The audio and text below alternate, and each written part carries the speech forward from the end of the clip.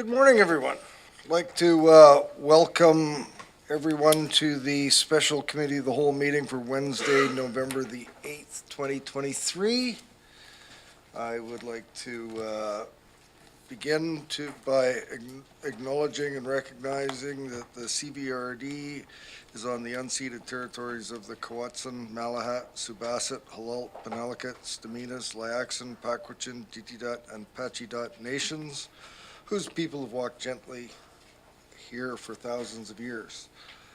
I'd also like to note that we have Director Ishtash here today, and I'd like to welcome him as a regular director on the Cowichan Valley Regional District of the Committee of the Whole, and thank Councillor Manhouse for his attendance and service over the past year. Like to also just make note that we're at a year. We're a year into the term.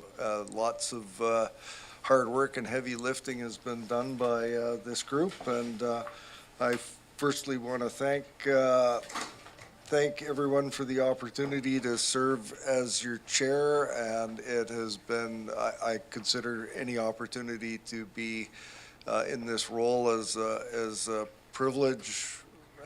It's a responsibility, and I really enjoy the work, and I think that we've had a pretty productive year. And to move to item 1 on the agenda, Mr. Robbins. Approval of the agenda for the Special Committee of the Whole.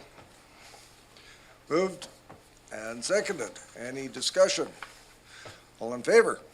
Any opposed? Unopposed. The motion carries. Mr. Robbins. Moving right through to agenda item number 6. Public input. There is no one in the gallery. Yes, gallery, there is, and right oh, I'm sorry. There. Oh. Item 2 on the agenda, Mr. Robbins. My apologies. I didn't see anybody in the gallery. That was hidden behind other people. Then let's go backwards to public input period. Public input period is to offer the public an opportunity to comment on an agenda item before the committee considers the item. The public input period procedure policy allows for an allotment of 15 minutes where the speaker is welcome to comment on any items on the agenda up to a maximum of 3 minutes. This excludes items that may, are, or have been subject to a public hearing. The speaker should comment in a polite, calm, and courteous manner using respectful language, civility, and decorum. So we invite anybody in the gallery that would like to participate in the public input period. Thank you for that, Ms. Kaufman. I got the wave off, so move on to, I guess, item number 6, Mr. Robbins. Which is a verbal report from the Corporate Services Department with regards to asset management. Ms. Mohan. Good morning, everybody. I am pleased to be here today to introduce to you our Manager of Asset Systems, Neil Forrest. So Neil is going to spend the morning with you, or the first part of the morning with you, going over a presentation on asset management at the CVRD. I just thought I would give a little bit of background around our program. So the asset management program at the CVRD started in the engineering and operations department, and it was Hamid Hatami and Austin Tokarek who initiated this program for the organization.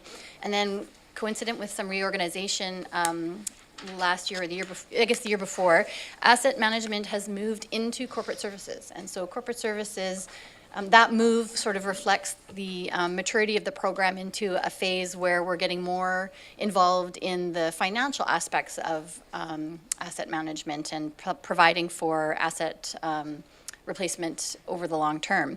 Austin Tokarek moved on to other employment, and we had someone in the role temporarily. And then last June, we hired Neil. So Neil comes to us with a wealth of asset management experience. His early experience was actually operational, so and in the UK. And then most recently, he came to us from WSP, which is a professional services and engineering consulting firm. And in his role at WSP, he was engaged by many local governments to advance their asset management programs. And so he has a wealth of experience, and he will go over his qualifications for you during his presentation. But He joined us in June, and he inherited some projects that were in play, and his main focus has been to kind of carry those projects forward to completion. And now he will be able to turn his mind to the program in general, and that's what he's here to tell you about today. So please welcome Neil. We're really fortunate to have him at the CVRD leading our asset management endeavors. Welcome, Neil. The floor is yours. Take her away. Hey, thank you. There we are. Awesome. Right, well, hello everybody. So, oh, what's going on here? Chase is remotely controlled. Yeah. Just getting it all flowing through like that. Okay, right. Awesome. Okay. So for me, this is what we're going to be discussing, the asset management program. So what have we done since we started? Where are we now? And then what's next on the for the program itself? So a bit more about me. So yeah, from the UK. I have a HNC and an ONC in civil engineering, so that's Higher National Certificate and Ordinary National Certificate. I'm also a member of the Institute of Asset Management. And I have the certificate and diploma qualifications. I'm also a certified asset management assessor through the World Partners of Infrastructure Asset Management. And I'm also an ISO 9001 lead auditor for quality management. So my experience, again, started in the UK doing payment management. So that was my first sort of foray into asset management in the late 80s. And just basically work through operations and quality management of, well, basically administering quality management through performance-based maintenance contracts, and then got into software implementation when I moved to Canada. There we go.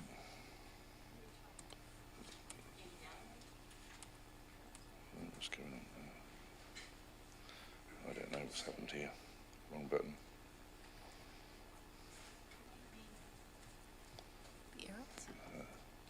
Still just got to press that first. Next.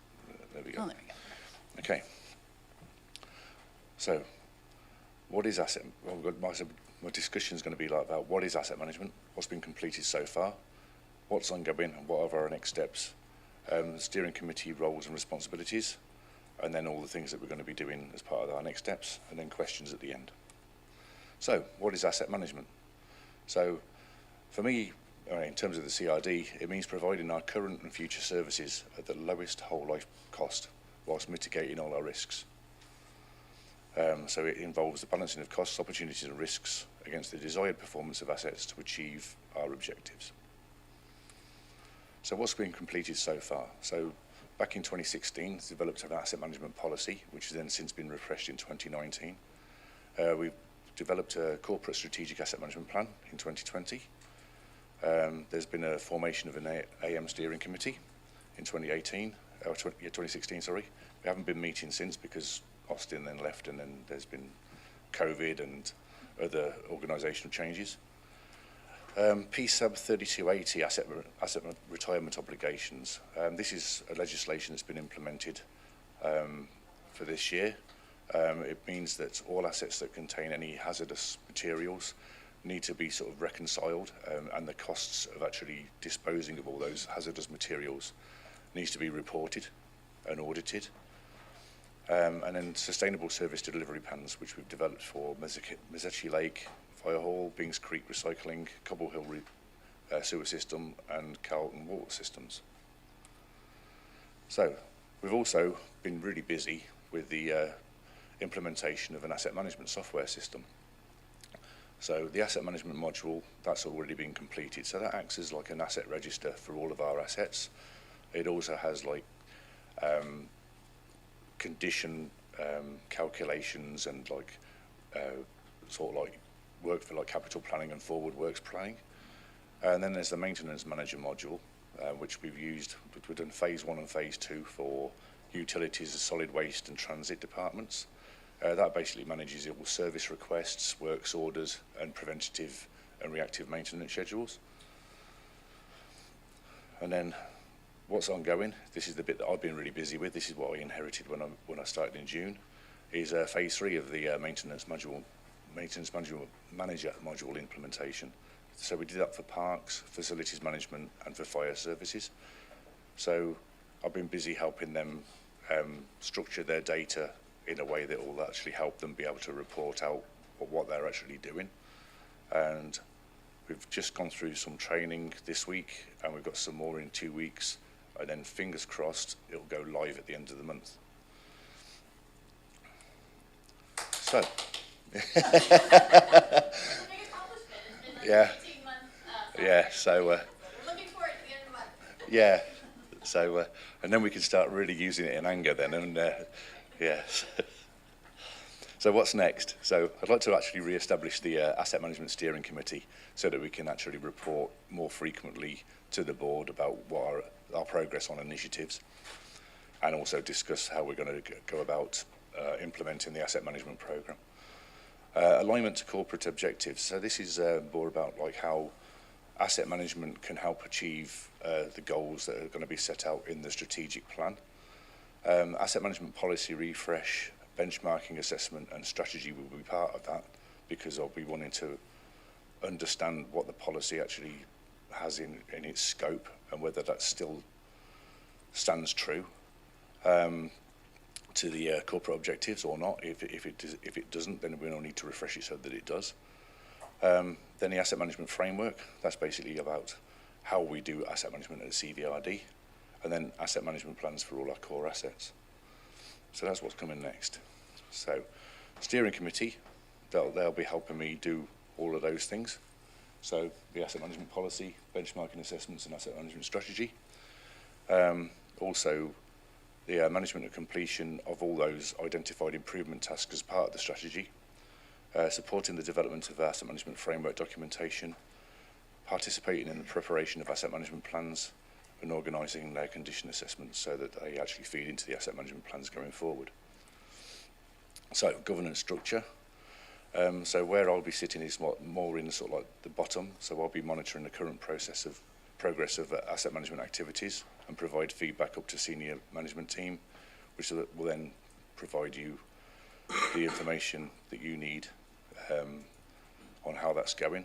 And also coming back down, the board approves the budgets, levels of service targets, and then any planning documents. So there's like a top up and bottom down approach. So we have a line of sight. So going into corporate objectives, these that we newly described in the strategic plan, and then my job then is to actually see if we can actually have them aligned to us, or align asset management to those, and how asset management can help achieve those corporate objectives. So that'll be the policy, the strategic asset management plan, asset management plans, and then underneath that we have the operations maintenance management programs, long-term financial plan, and asset management plan update records. So that all sort of like basically just is a more detailed version of the previous slide.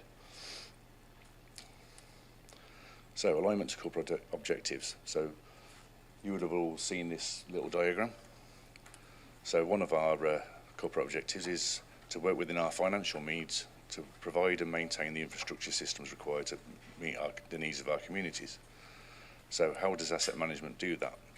Well, we have to know what assets we have, what condition they're in, how much they cost to replace or repair and when, how much funding we have to operate and maintain our assets, and also develop funding strategies to support sustainable replacements going forward. So, going into the asset management policy refresh, the purpose of that is basically to review the asset management policy, determine whether it still aligns with corporate objectives. Also, thinking back to the strategic plan, and also some of the issues we've had this year with climate, well, so certainly like forest fires everywhere, floods, and then more locally in CVRD, IT issues, because our IT systems are aging. I think we should be looking at refreshing the policy so that it actually includes like fleet, IT, and natural assets as part of that scope, so that we can actually sort of like better manage our natural assets plus our IT and fleet. Asset management benchmarking. So this is basically about determining where we are on a maturity scale with asset management. We then identify where we'd like to be in terms of maturity and capability, and then prioritise improvement tasks to make sure that that gets achieved. So I think most of you have probably seen this. This is the FCM benchmarking assessment. This is FCM1. We tend to use this more for project specific at work. We actually mark our own homework on this. So as you can see, like this is the 2020 results. So the grayscale line on the outside there is where we're at with regard to FCM benchmarking.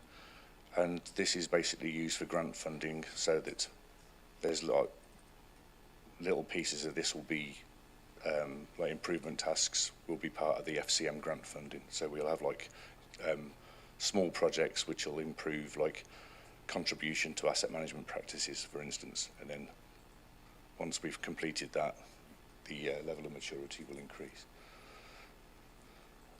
But really, what we would like to do is more of a subjective approach. So this version here is like an example for you. This is for the Asset Management BC. So this is definitely a much more holistic program. It covers all the asset management practices in way more detail. It also includes asset management practices from ISO 55000, which is the standard for asset management, alongside all your standard asset management practices. I'd like to actually get somebody externally to do this, so that it's actually a really subjective view, and we'll do it by department, and it will give us a really good idea of where we're at and where we hope to get to in the next 4 or 5 years. So this little diagram, you can see the yellow in the middle is their first assessment, where they're at, then the outside red is where they'd like to be in like a 3-year period, and then the middle one is where they achieved in the first year. So this is just an example that I pulled from Asset Management BC.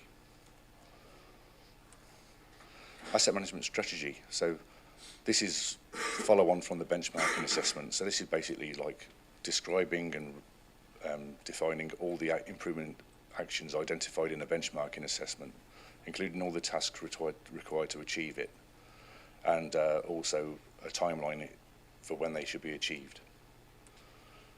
Asset management framework.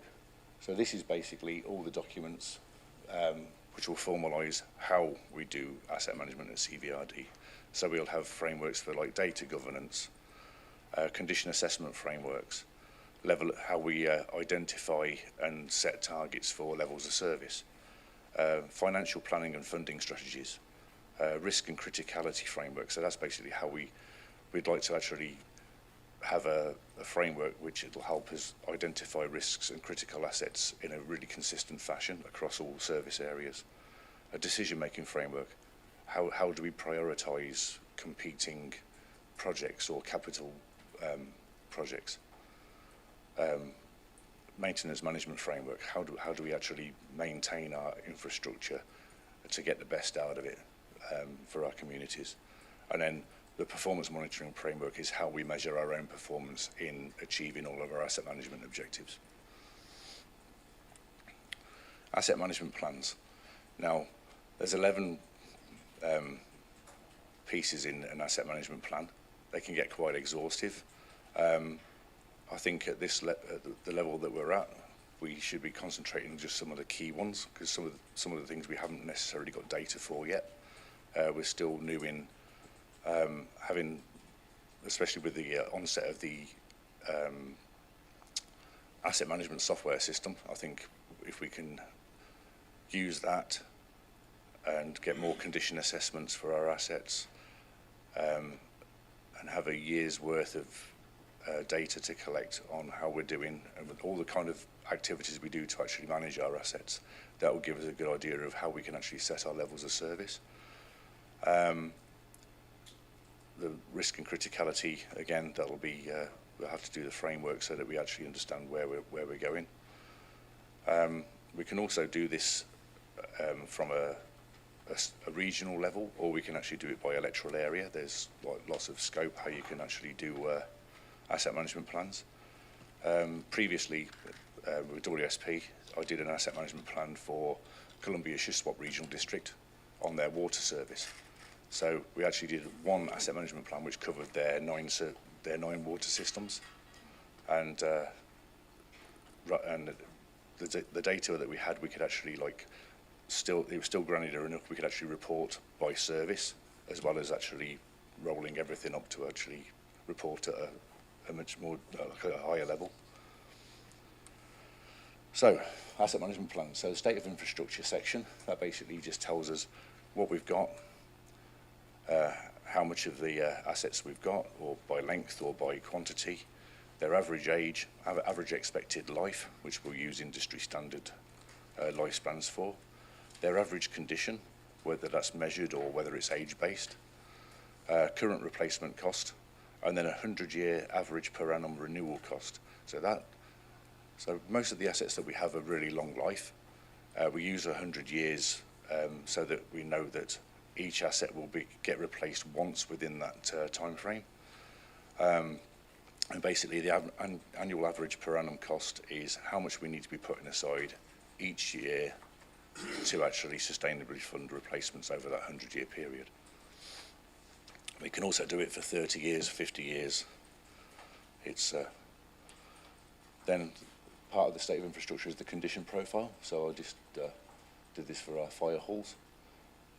Some of the older ones have got more assets in poor or very poor condition, whereas the newer ones are mainly good to fair. It's just a profile of that at a high level, so you can see what kind of condition your assets are in. We can also, again, go deeper into this and do it by, so if we did, U-Bow Fire Hall, for instance, we could actually go into the shell, the exteriors, the interiors, the HVAC, etc., and do a condition assessment on, condition profile on those. Right, levels of service. So, level of service is basically about looking at how much investment, balancing your investment against your risk. So, your level of service is your performance outcome. So, the more investment you put in, it lowers your risk, but it also increases your level of service. Now, as time goes on, assets age, or alternatively, we have an increase in demand through population growth or climate change could actually increase demands on certain service levels, as in like droughts will affect water services, etc. And then if we don't actually reinvest to try and get that balance, you know what happens. So basically, if we just add some more money into the pot, it achieves the balance. So that's what level of service is. But unfortunately, we've also got to engage our communities and gauge their willingness to pay for that. But having all that data and information first will help you'll be able to understand, will help them understand how much it actually costs, and then the reasons why we need to increase taxes or whatever, or apply for grants to actually basically restore the balance. So levels of service again, it's basically like split into two. So you've got like customer levels of service. So customer levels of service is basically about what your user expects from a service. So if we look at water, everyone wants their water to be safe. They want it to look, well, aesthetically pleasing. It's not going to be clear, so it can't be brown. It's also got to smell and taste nice. So there's all sorts of like different criteria just in like safe. A lot of those things are actually governed by legislative requirements, like the Water Act, and then like the VHAR have their own criteria for like metals and bacteria concentrations. But then there's the thing about, well, every time I turn the tap on, I want water to come out of my tap. So it's got to be reliable. It's got to be there 24/7. So in order to achieve that, we have technical criteria. So asset condition, what kind of condition are our pipes in?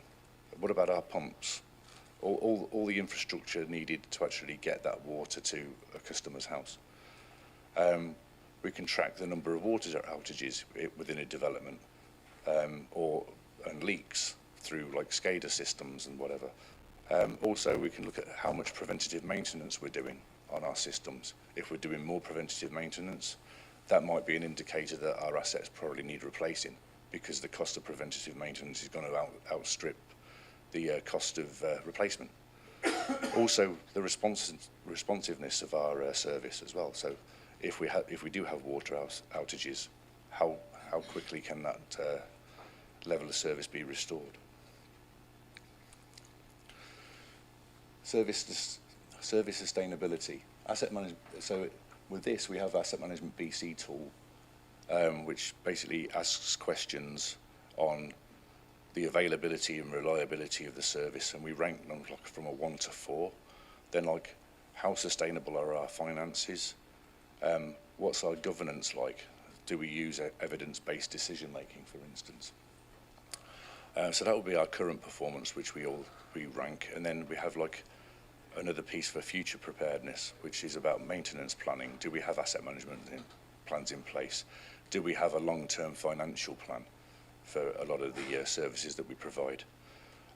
Also, do we consider any environmental initiatives like climate adaptation and resiliency kind of initiatives? And that gets scored. And this is a little dashboard which will go in the plan for each service area. And then if you look at the piece on the right, there's like a trend column that's just got a dash in it. So if you do measure this year on year, that can go up and down depending on where we're at.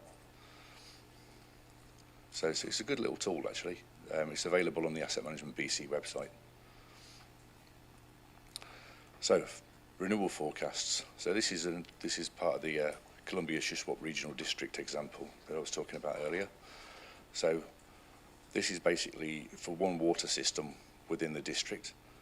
Their renewal forecast is based on age-based condition. So they've just used the asset age versus the expected useful life of their assets to come up with a condition rating. And from the looks of things, they've got a lot of money, a lot of investment needed in their first year, and then a big peak in about 20 years' time, and then some little peaks going forward over the 100 years. So their 100-year annual average per annum is nearly $400,000 a year. That's how much they need to be putting into reserve. But if we were to look at the first 5 years, that's nearly $1 million just to try and $1 million in a year, just to try and address those deficiencies.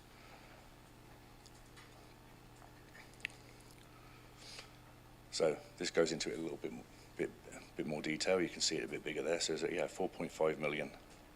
Most of that's in capital renewals. There's also some new assets budgeted for over the next 4 years. What they have in revenues or reserves is half that. So what do we need to do?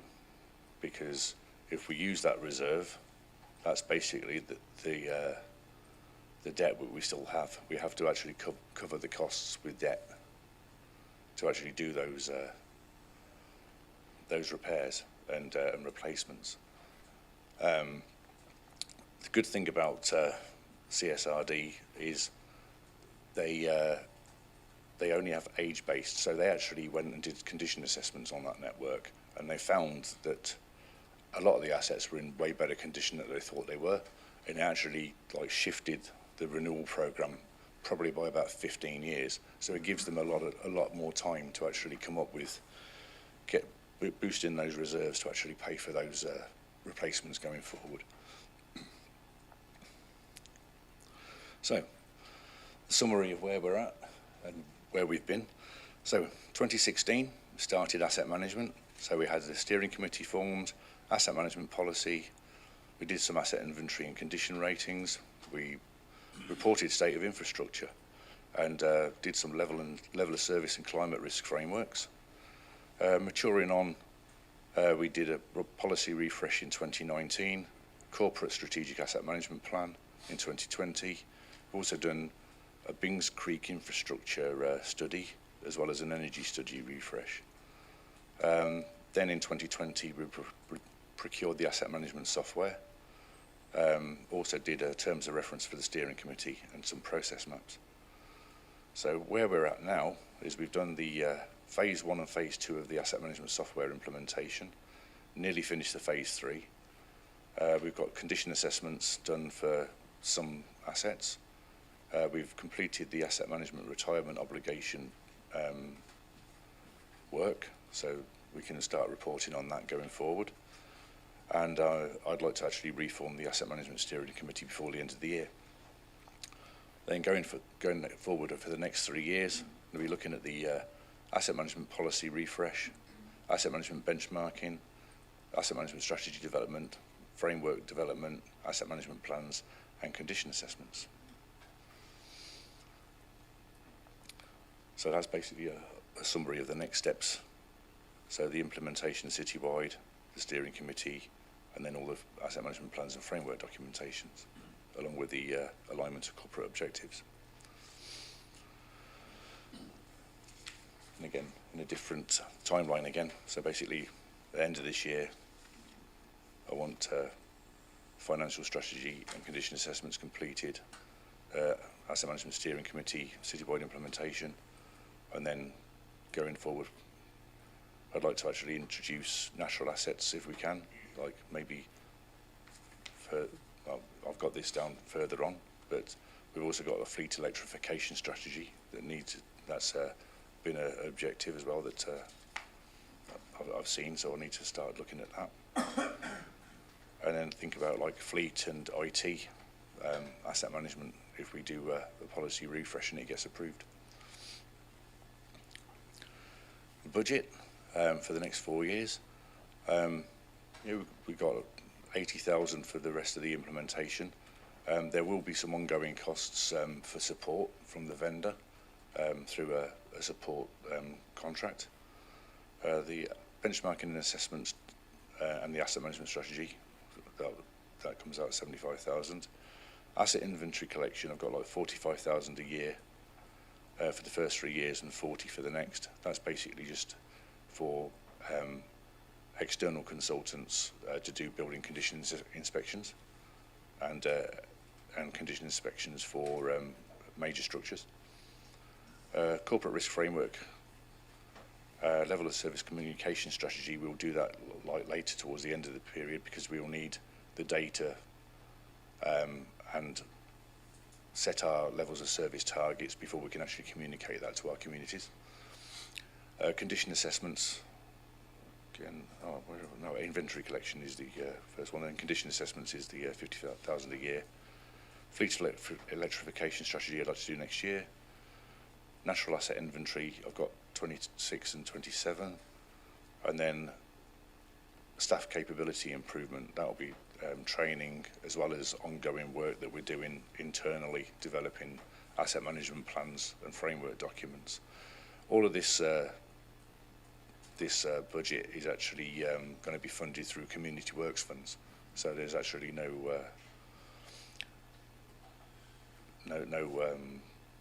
risk of a 3.5% mandate. So asset management resources, like I said, Asset Management BC, they have a great website. They've got tons of resources. There's lots of tools and templates.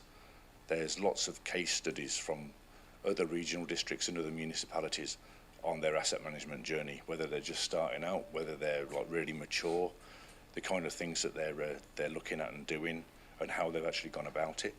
So it's really interesting read.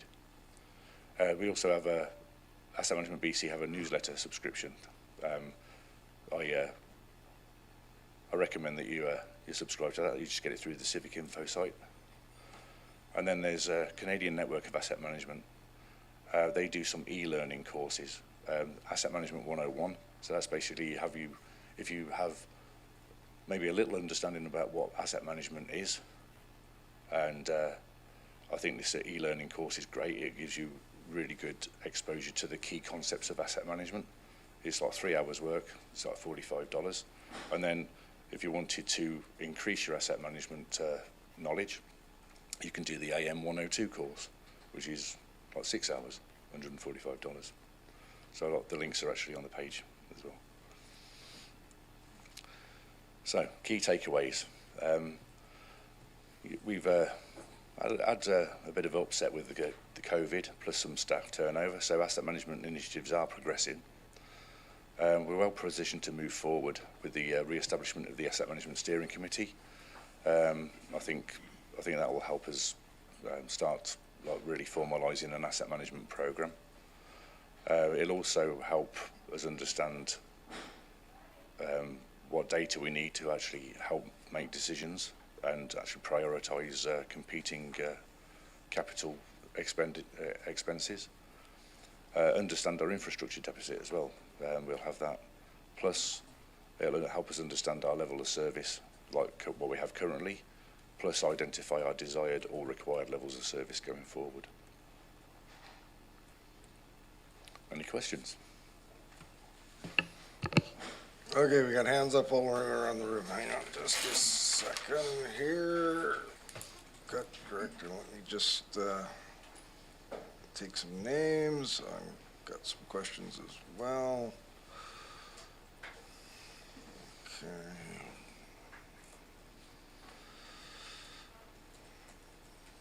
Okay, did I miss anyone? Director Abbott. Thank you, Chair. Thank you, Mr. Forbes. The capital or the infrastructure deficit, how soon will you know that? And I only ask because when I look at your modeling and your paralleling with Columbia Shuswap, there was a huge uptick in 2052 in the $14 million.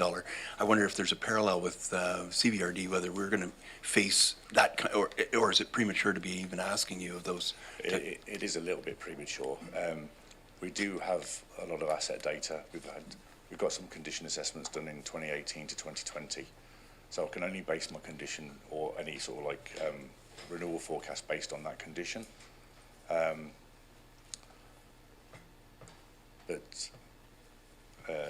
Yeah, I think with more data, I think will help us actually make that more accurate.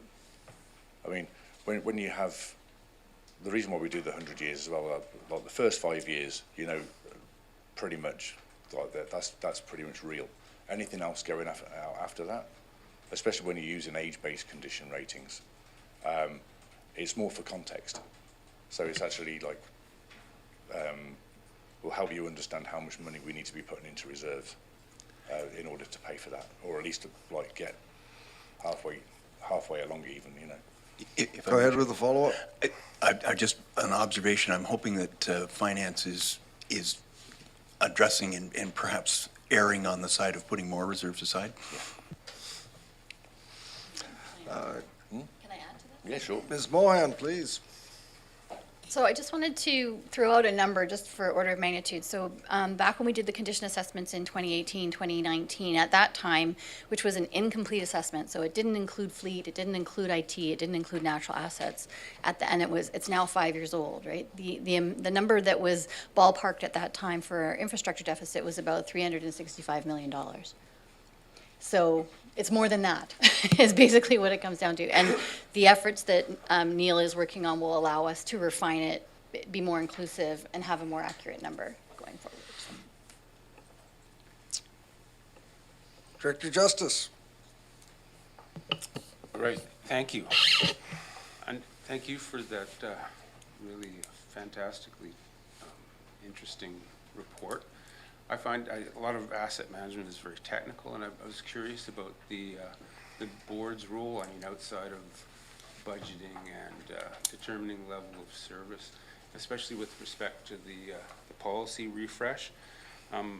What are the major decision points for the board with respect to how this thing might roll out in a general sense? And I guess the sort of baseline of my question is, are there different philosophical approaches to asset management, or is it just sort of a pretty straightforward approach to things? There's, for me, asset management is it's a bit of an odd term. It should be more about sustainable service delivery.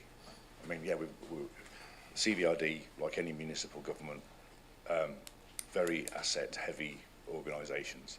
So the management of them is not necessarily about just doing operations and maintenance and spending money like left, right and centre. It's about understanding what services they deliver and trying to make trade-offs and efficiencies to actually deliver those services at the lowest possible whole life cycle cost of your assets. That's basically what the asset management is, according to the Institute of Asset Management and ISO 55000. So. May I just briefly? Sure, Thanks. go ahead. One of the things that I was wondering about, and I asked about earlier in a budget discussion, was the concept of intergenerational equity. Mm-hmm. And the sort of decisions that are made around, whether we're saving money to cover our annual average life cycle cost, or whether we're going to wait and allow the future generation that's going to use the replaced asset to pay for that. Those sorts of decisions? Yes. Will those things are they part of the policy refresh? Not so much the policy. Okay. I think, well, not the asset management policy. Maybe it might be for financial policies. I think, there's a chap called Chris Payne. He's the CFO for OPay. He's done a great presentation. I think I can actually distribute it if you want, a slide deck on long-term financial plans and it goes into intergenerational equity. Thank you.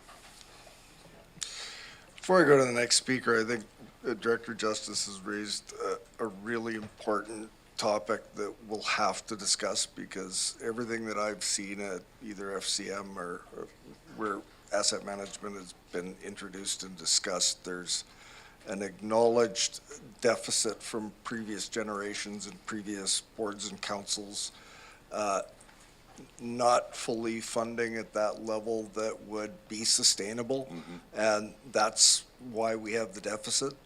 And the question of can those investments that need to be made be put off further and cost future generations, or is there numbers that we can reasonably incorporate in our deliberations around budget every year and how that's done?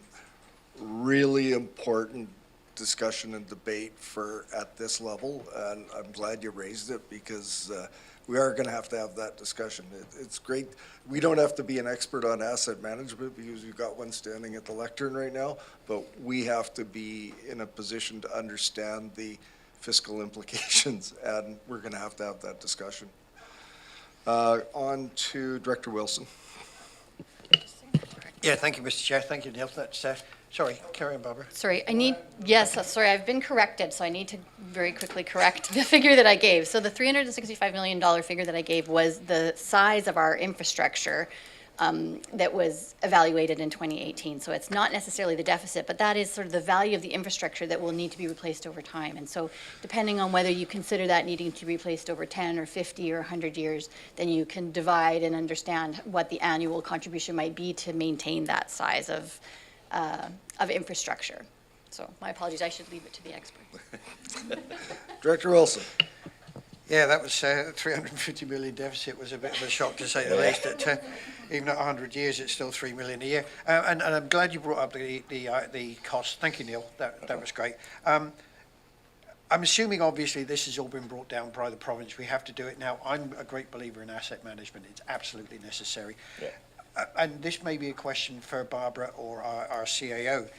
What help can we apply for from the province to say, hey, we got a problem, we need to do this, we need to do that?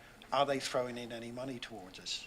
I'm going to be meeting Brian Bedford from the province soon to talk about how they can help.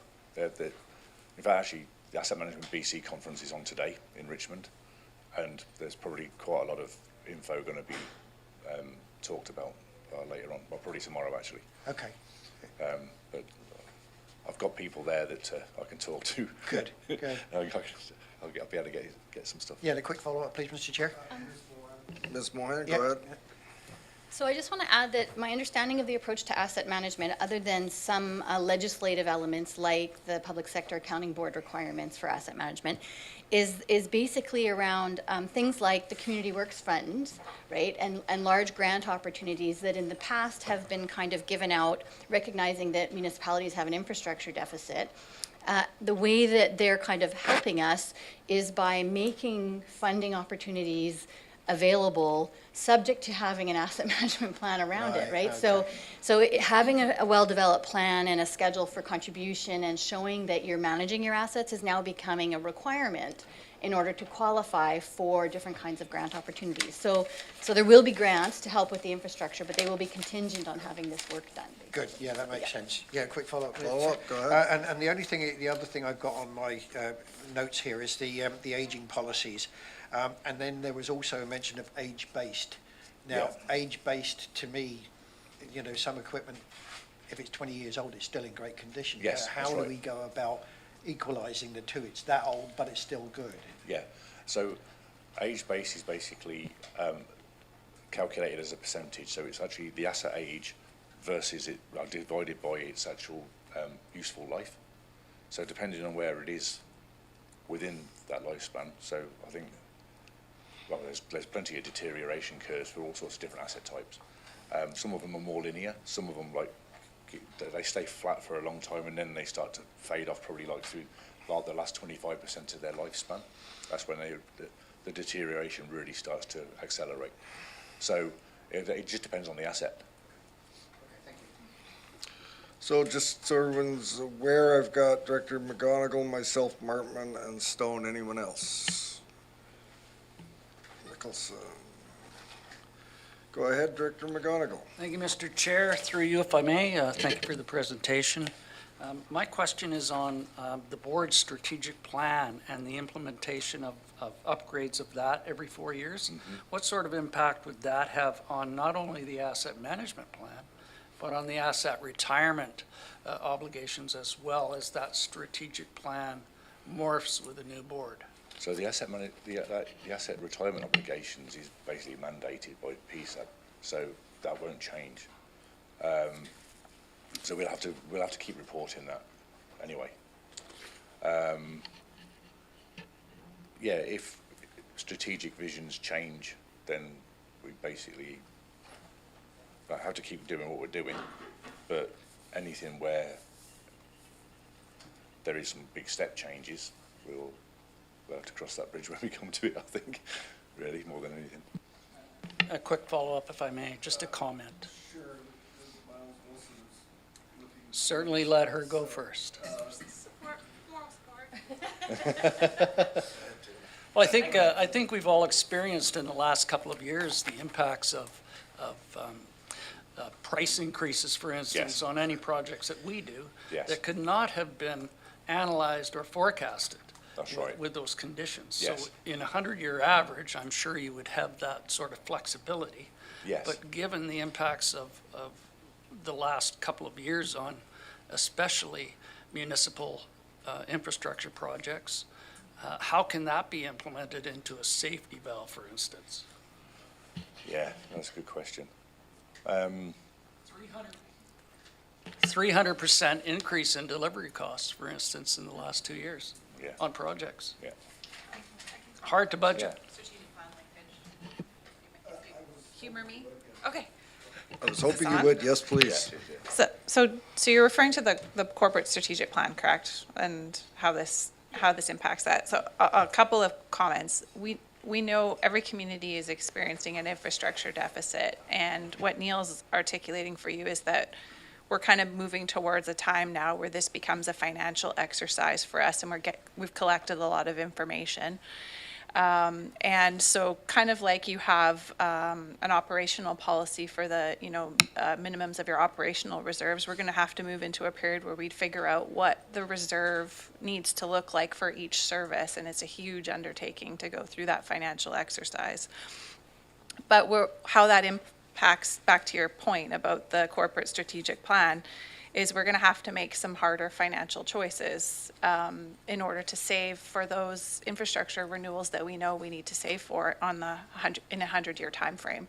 And so he referenced the Columbia Shuswap Regional District. They've come up with a number for their water services of they need to put away $400,000 a year. We have a lot of utilities and we have a lot of facilities, so our number is going to be big.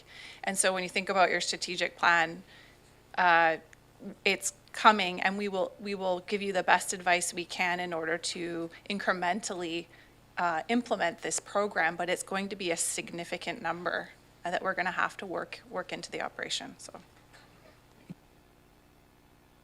So I've got myself on the list next, and I think that's my principal interest, is that all of the models, the early models that I saw presented by Asset Management BC and the likes, they were targeted to get to the ability to present a number or a percentage to the elected body, so that those decisions could be incorporated in the regular budget process. And I've been watching and waiting because we know that will be a large number.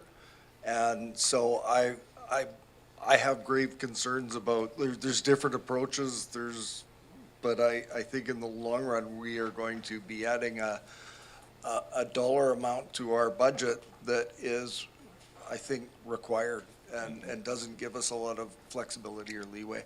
I got a whole bunch more questions, but I think I'll just arrange to meet and discuss offline. Yeah, perfect. So with that, I'll go to Director Martman next.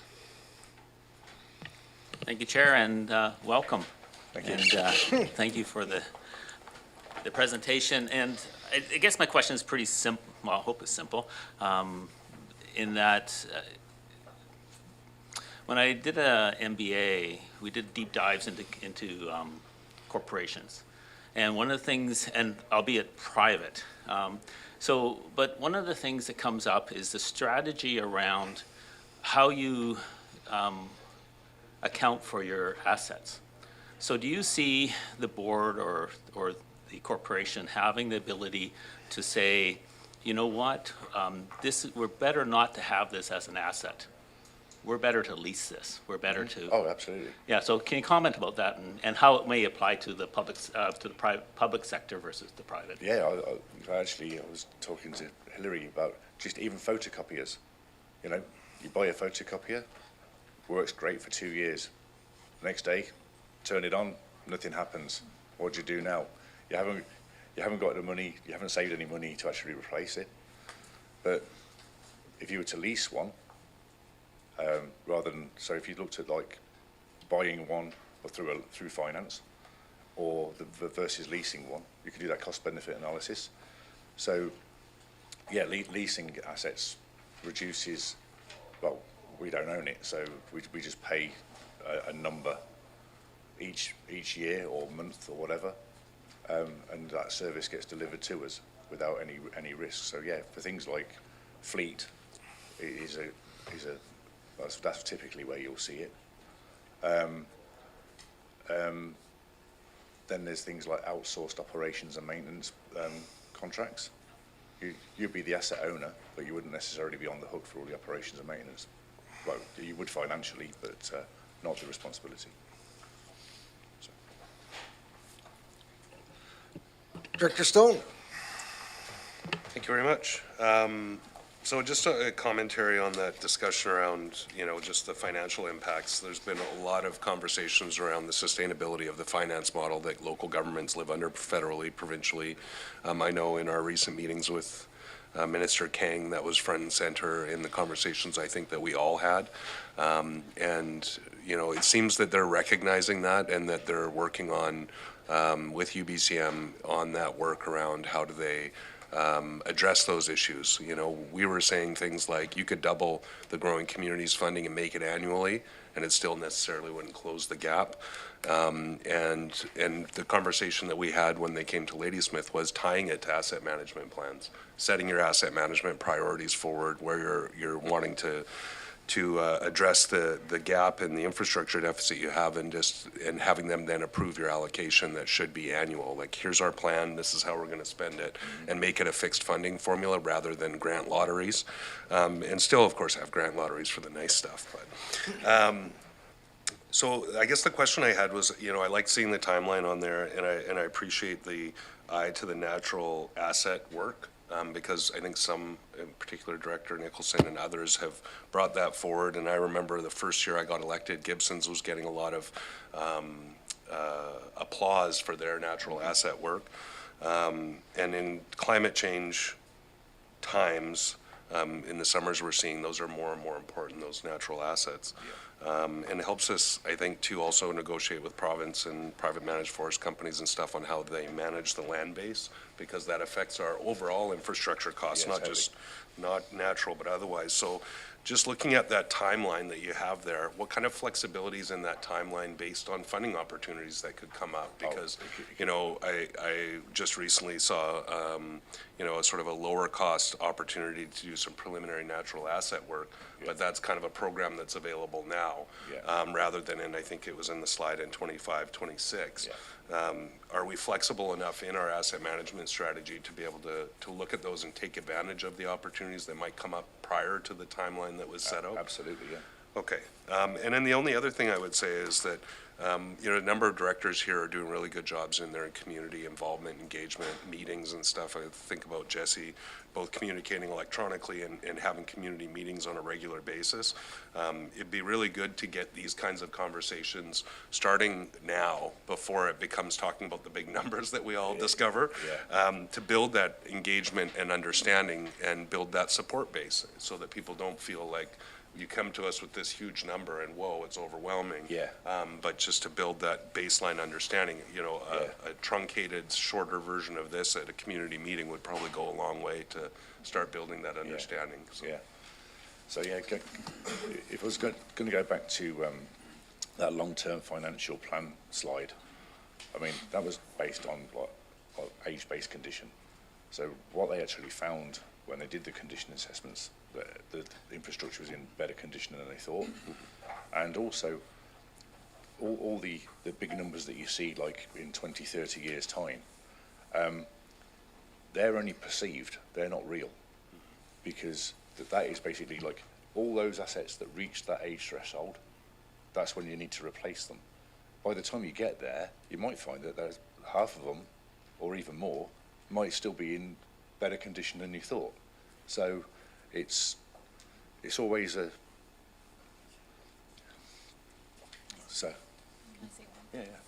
Ms. Mohan? I just wanted to comment further to what Director Stone asked about, just in general around asset management in our organization. We've always done asset management. We have just not had a program that was fully complete, covering all our asset register and having a capital reserve fund for every single, capital replacement that we plan. So the efforts that Neil is undertaking are to move towards completeness, so that if there are gaps and assets that we don't have a capital reserve, that we can establish one and start contributing. And the same goes for things like IT assets or natural assets or fleet. Along the way, in the absence of a comprehensive plan, we've still made decisions, applied for grants, done activities around managing those assets.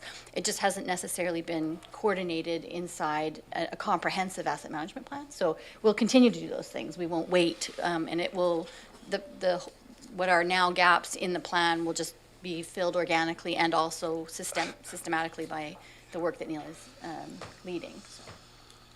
Thank you. So just, I want to remind everyone, we have another meeting scheduled. I've got Director Stone, Nicholson, and Istesh, so. So the last comment yeah, I'll make go is to just Director Stone. thinking back to recent discussions too. The natural asset conversation really plugs into the discussion around emergency management, flood mitigation, wildfire mitigation, et cetera. So I think it is really important, and we should look for those opportunities to do that work sooner than later. Thanks. Yeah, awesome. Thank you. Director Nicholson. Well, that was my thinking as well. But I'm also thinking about this regional park review that we're doing, and it would be a real shame to go through a whole review process without considering the natural asset and its condition and so forth. So, yeah, that would be important, I think. Cool. Awesome. Director Istesh. Thank you, Chair. Yeah, so just a quick comment then, because Director Stone took what I was going to say. I was hoping someone was going to bring it up in the high importance that natural assets play. And it's glad to hear the questioning and commentary that Director Stone and then as well now Director Nicholson brought forward. So I don't have a question because I see that as the paramount thing, and also notably look into what Gibson did where they looked at their natural assets and it was able to offset, I think it was $1 million investment into stormwater management, and instead they just looked after their natural assets, which accomplished that, and it saved Yes. them $1 million. Yeah, exactly. So Yeah. I thank the other directors for bringing up that question, and I don't have a question now. Yeah, Township of Langley did the same. They presented on AMBC last year. Yeah, it's really, really interesting. Just managing their all their little creeks and all the really small watersheds or water tributaries. Yeah, awesome. Great work. Great information, and I saw a presentation on, I got this wrong, but spongy cities and how they're dealing with their water issues and the like. So it's really important and fascinating stuff and things that we need to pursue. I want to thank you for the great presentation. I have the same sickness. I love this stuff, and I don't know why. I guess a lot of us didn't figure that when we got elected, we'd become this knowledgeable about something like asset management.